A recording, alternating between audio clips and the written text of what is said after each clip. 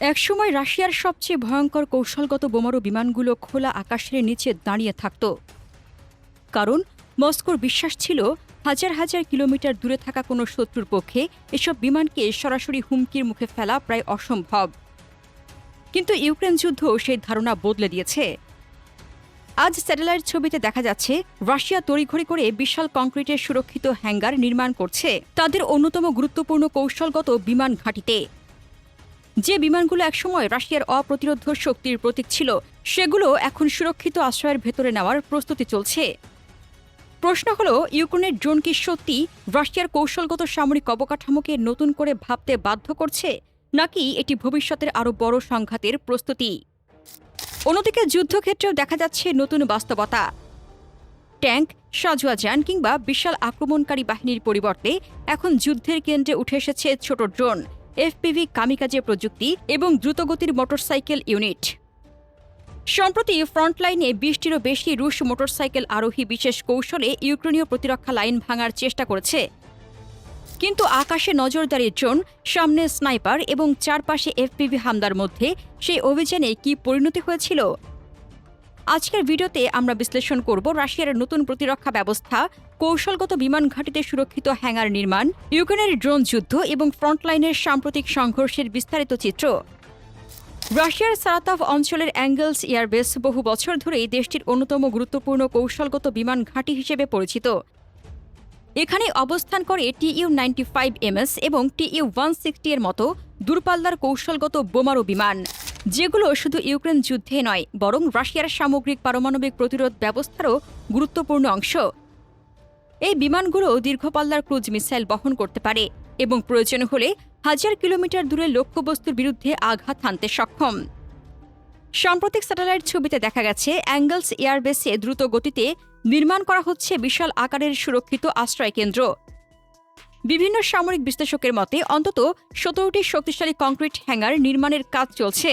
যুদ্ধের শুরুতে এসব বিমান প্রায় খোলা অ্যাপ্রনে অবস্থান করত, কারণ তখন ধারণা করা হতো রাশিয়ার গভীর অভ্যন্তরে অবস্থিত এই ঘাঁটিগুলো তুলনামূলকভাবে নিরাপদ। কিন্তু ইউক্রেনের দীর্ঘপাল্লার ড্রোন হামলা সেই ধারণাকে চ্যালেঞ্জ করেছে। গত কয়েক বছরে ইউক্রেন দেখিয়ে দিয়েছে যে তারা শুধু ফ্রন্টলাইনে নয়, বরং রাশিয়ার গভীর অভ্যন্তরেও আঘাত হানতে সক্ষম। তেল শোধনাগার, সামরিক ঘাঁটি, গোলাবারুদ ডিপো এবং শিল্প অবকাঠামোর পাশাপাশি কৌশলগত বিমান ঘাঁটিগুলোও এখন সম্ভাব্য লক্ষ্যবস্তুতে পরিণত হয়েছে। কয়েক হাজার ডলারের একটি ড্রোনও যে কোটি কোটি ডলারের সামরিক সম্পদকে ঝুঁকির মুখে ফেলতে পারে, অ্যাঙ্গেলসে নতুন হ্যাঙ্গার নির্মাণ তারই প্রতিফলন। তবে এটিকে রাশিয়ার দুর্বলতা হিসেবে দেখলে ভুল হবে, বরং অনেক সামরিক বিশ্লেষকের মতে এটি যুদ্ধক্ষেত্রের নতুন বাস্তবতার সঙ্গে দ্রুত অভিযোজনের একটি উদাহরণ। আধুনিক যুদ্ধে শুধু আক্রমণ ক্ষমতা নয়, কৌশলগত সম্পদ রক্ষা করাও সমান গুরুত্বপূর্ণ। আর সে কারণেই রাশিয়া এখন স্থায়ী ও শক্তিশালী সুরক্ষা অবকাঠামো নির্মাণে বিনিয়োগ করছে। এর আগে রাশিয়া বিভিন্ন ধরনের অস্থায়ী ব্যবস্থা গ্রহণ করেছিল। কোথাও ব্লাস্ট ওয়াল তৈরি করা হয়েছিল, কোথাও পুরনো বিমানকে ডিকয় হিসেবে ব্যবহার করা হয়েছিল।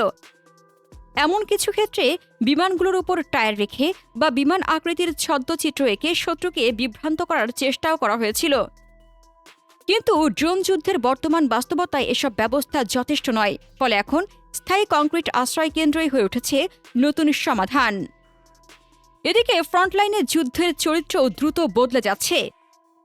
কয়েক বছর আগে যেখানে ট্যাঙ্ক এবং সাজোয়া যান ছিল অগ্রগতির প্রধান মাধ্যম, সেখানে এখন ড্রোনের কারণে পরিস্থিতি সম্পূর্ণ ভিন্ন। যুদ্ধক্ষেত্রের প্রায় প্রতিটি নড়াচড়া নজরদারির আওতায় চলে আসে, ফলে বড় আকারের বাহিনী সরানো ক্রমেই কঠিন হয়ে উঠছে।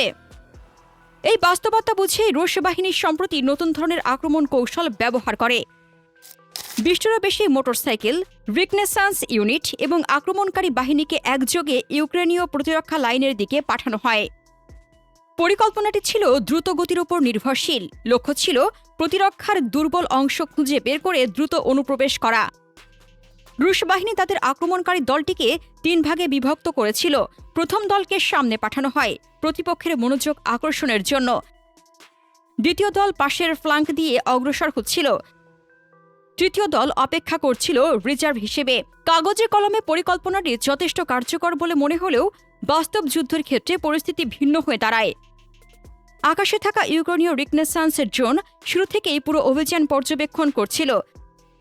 তারা তাৎক্ষণিক হামলা না চালিয়ে রুশ বাহিনীর চলাচল, যোগাযোগ এবং কৌশল বিশ্লেষণ করতে থাকে। ফলে আক্রমণের প্রকৃত উদ্দেশ্য দ্রুতই তাদের কাছে স্পষ্ট হয়ে যায়। অবশেষে ফ্লাঙ্ক দিয়ে অগ্রসর হওয়া মোটরসাইকেল ইউনিট একটি খোলা এলাকায় প্রবেশ করে। ঠিক সেই মুহূর্তে ইউক্রেনীয় স্নাইপাররা গুলি চালায়। প্রথম মোটরসাইকেলটি নিয়ন্ত্রণ হারিয়ে পড়ে যায়।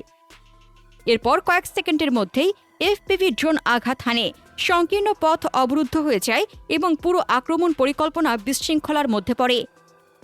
পরিস্থিতি সামাল দিতে রুশ বাহিনী দ্রুত উদ্ধারকারী ইউনিট, ইলেকট্রনিক জ্যামিং ব্যবস্থা এবং অতিরিক্ত বাহিনী মোতায়েন করে। কিন্তু তখন পর্যন্ত ইউক্রেনীয় অপারেটররা নতুন লক্ষ্য খুঁজে পেয়েছে। তারা সরাসরি আটকে পড়া ইউনিটের বদলে উদ্ধারকারী বাহিনীর উপর নজর দেয়। ফলাফল ছিল আরও বড় ক্ষয়ক্ষতি। এই সংঘর্ষ আধুনিক যুদ্ধের সবচেয়ে গুরুত্বপূর্ণ বাস্তবতাগুলো একটি সামনে নিয়ে এসেছে। আজকের যুদ্ধক্ষেত্রে শুধু আগ্নেয়শক্তি নয়, বরং তথ্য, নজরদারি, যোগাযোগ এবং দ্রুত সিদ্ধান্ত গ্রহণই সবচেয়ে বড় শক্তি হয়ে উঠেছে। কয়েকশো ডলারের একটি এফপিভি ড্রোন কয়েক মিলিয়ন ডলারের সামরিক অভিযানকে ব্যর্থ করে দিতে পারে। এ কারণেই আজ ড্রোন যুদ্ধকে অনেক বিশেষজ্ঞ ভবিষ্যতের যুদ্ধের কেন্দ্রীয় উপাদান হিসেবে দেখছেন। এদিকে রাশিয়ার প্রতিরক্ষা মন্ত্রণালয়ের প্রকাশিত সর্বশেষ তথ্য অনুযায়ী ইউক্রেন যুদ্ধের বিভিন্ন ফ্রন্টে রুশ বাহিনীর নতুন অগ্রগতির দাবি করেছে।